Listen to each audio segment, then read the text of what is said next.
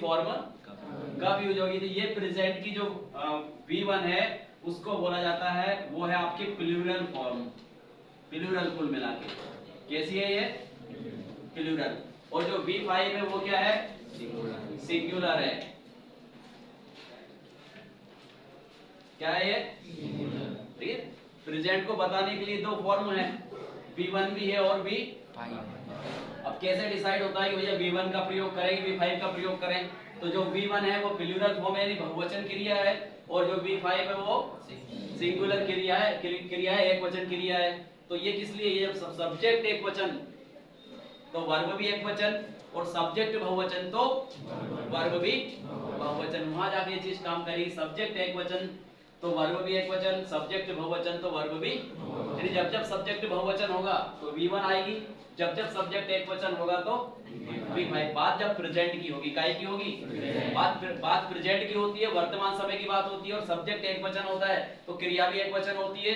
बात प्रेजेंट की होती है, जब सब्जेक्ट बहुवचन होता है तो क्रिया भी बहुवचन होती है, चाहे मेन वर्ब हो चाहे हेल्पिंग वर्ब हो, रूल सब पे वही लगेगा। सब्जेक्ट एक वचन तो वर्ब भी एक वचन, और सब्जेक्ट बहुवचन तो वर्ब भी बहुवचन। नींद नहीं आनी, नींद नहीं लेनी आज। देखिए ये तो हो गए इनके नाम।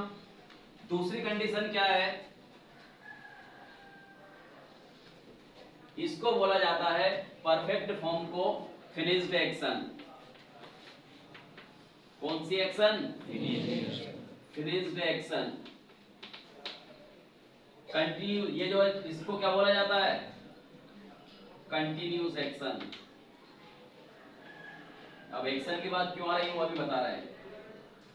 जो पास्ट है ये भी किस चीज को बताने के लिए आती है? तो ये भी आती है फिनिश्ड एक्शन।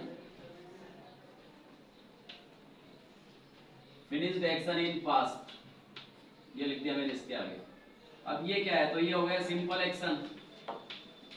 सिंपल एक्शन ये क्या है? ये भी क्या हो जाएगा? सिंपल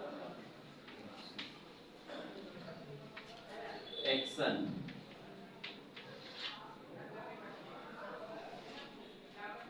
ये चाक का टुकड़ा दिया दूसरा, देखिए फिनिश्ड एक्शन का मतलब क्या होता है? पूर्ण काम। कंटिन्यूस का काम क्या है? अधूरा काम। यहां भी फिनिश्ड, यहां भी क्या हो जाएगा?